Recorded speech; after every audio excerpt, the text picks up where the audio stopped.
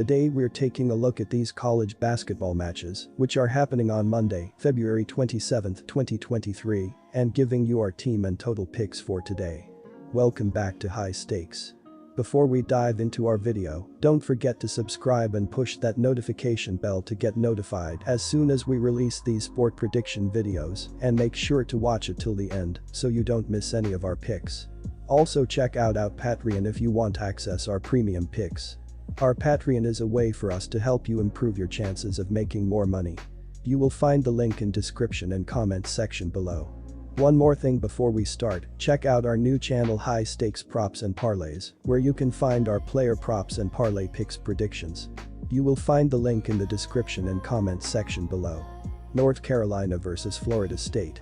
This is an interesting game to handicap given the weekend results for both teams, as they both beat two of the top teams in the ACC. North Carolina has been more consistent lately though, and it is playing for its NCAA tournament life.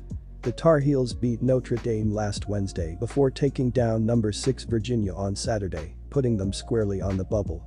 Florida State is coming off its best performance of the season, but this is now a letdown spot without much on the line for the Seminoles, who are going to have to make an ACC tournament run to make the big dance. They have gone winless in 6 straight home games and are 1-6 at TS in their last 7 games. Our team pick is North Carolina -8 points. Together these two schools have seen 30 of their games reach over the total imposed on them. They are both high-tempo teams, and KenPom has North Carolina ranked 82nd overall in their tempo ratings, and Florida State just one slot above them in 81st. KenPom also has the Seminoles rated 244th in adjusted defense, and that is what will guide our decision here. The Florida State defense hasn't been good all season and has been worse of late, allowing 82.4 points per game in their last 5, and over their last 10 games, they've given up 80 or more points on 7 occasions. The over is 3-0 in FSU's last 3 games, with a total of 150 or more on it, and 3-1-1 in their last 5 games at home. The over is also 6-4 in North Carolina's last 10 games, with a total of 150 or more, and 8-5, with a total of 149 or more this season. The over hit when these two met a year ago, and we think that continues here despite how large this total is. Our total pick is over 153 points. Weber State vs Northern Arizona. Weber State easily defeated Northern Arizona in the first meeting between the two 76-60, while covering the spread as a 7-point favorites at home. Weber State uses a strong defense that allows an average of only 67.2 points per game, which is the top 100 in the nation, combined with a methodical offense that is averaging 66.7 points per game. The Wildcats are 290th in the nation in adjusted tempo at 65.6, which gives the opposition fewer possessions to score against them. Weber State has covered the spread in 3 of its last 4, while Northern Arizona has failed to cover the spread in 2 of its last 3 played at home. Northern Arizona's defense is allowing 73.8 points per game and 46.4% shooting. Take Weber State Wildcats. The Weber State Wildcats visit J. Lawrence Walkup Skydome in Flagstaff, Arizona on Monday to play the Northern Arizona Lumberjacks in a Big Sky Conference tilt. Weber State improved to 16-14 overall and 11-6 in Big Sky play following its 67-53 victory over Idaho. The Wildcats have won 3 of the last 4 and are 3rd in the conference, but 5 games behind first place with just 1 game to play. Dylan Jones is leading Weber State in scoring, rebounding and assists, with averages of 16.3 points, 11.0 rebounds and 3.8 assists per game. Steven Verplanken Jr. is the 2nd leading scorer with an average of 12.7 points per game, and one of only 2 players for Weber State, averaging double figures in scoring. The Wildcats are scoring an average of 66.7 points per game. Northern Arizona looks for its 3rd consecutive victory on Monday when playing at home against the Weber State Wildcats. Northern Arizona improved to 9-21 overall and 5-12 in Big Sky play, following its 85-82 victory over Northern Colorado. The leading scorer in the win for Northern Arizona was Jalen Cone with 26 points. The Lumberjacks shot 53.6% overall and 45.0% from 3-point territory. Jalen Cone is leading Northern Arizona in scoring with an average of 16.9 points per game, while Carson Tote is the leading rebounder and leader in assists with averages of 7.7 rebounds and 3.2 assists per game. The Lumberjacks have two players averaging double figures in scoring and as a team are scoring an average of 72.1 points per game while shooting 43.2% overall and 35.9% from three-point territory. Our total pick is over 134.5 points. Idaho State vs Northern Colorado. Diving into KenPom's adjusted efficiency margin, they are right near 1, as the Bengals are 237th in the sport with a -5.54 rating, while the Bears are 219th in college basketball with a -3.91 rating. There is a massive difference as of late on the defensive side of the floor, as Idaho State is allowing 62.7 points in their last 3 games, while Northern Colorado is giving up 78.2 points in their previous 5 games. When looking at the ATS records throughout the season, there is definitely a season as Iowa State is 14-14 ATS, while Northern Colorado is 11-17 ATS thus far. All in all, go with the Idaho State Bengals to cover the spread on the road here. Take Idaho State Bengals plus 5.5 points. Taking the over in this game for multiple reasons.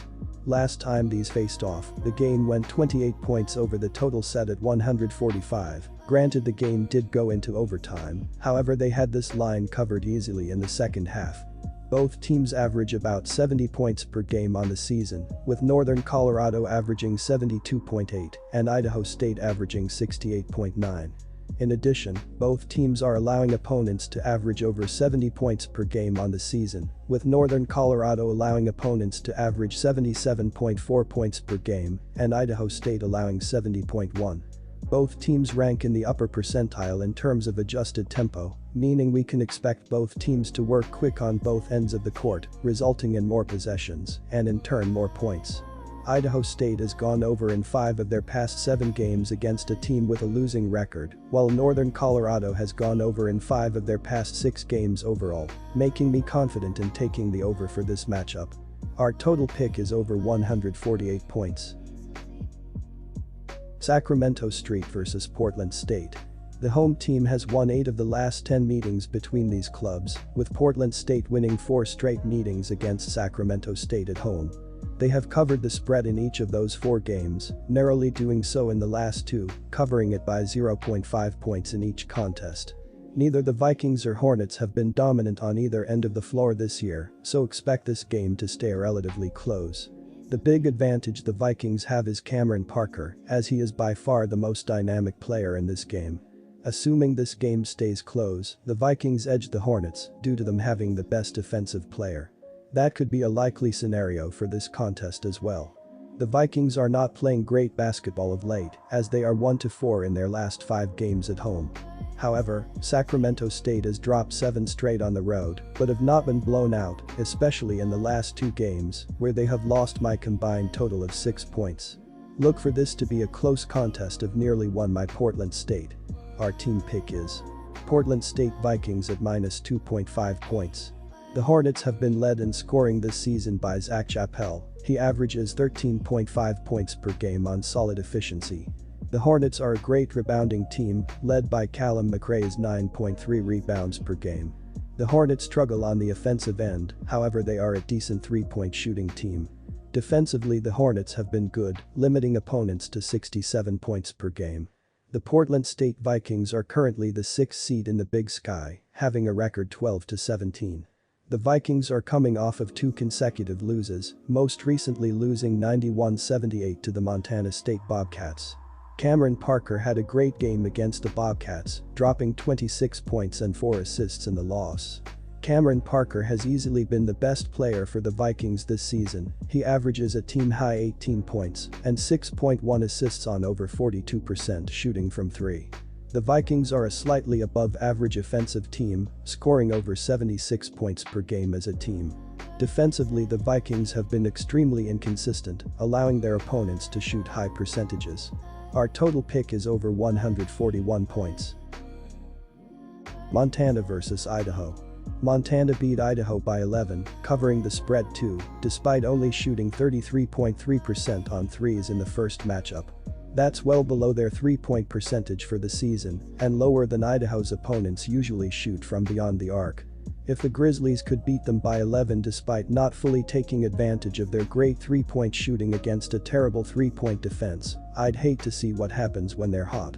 Well, over the last 5 games, the Grizzlies are drilling 47.1% of their triples, a number that would make Steph Curry blush.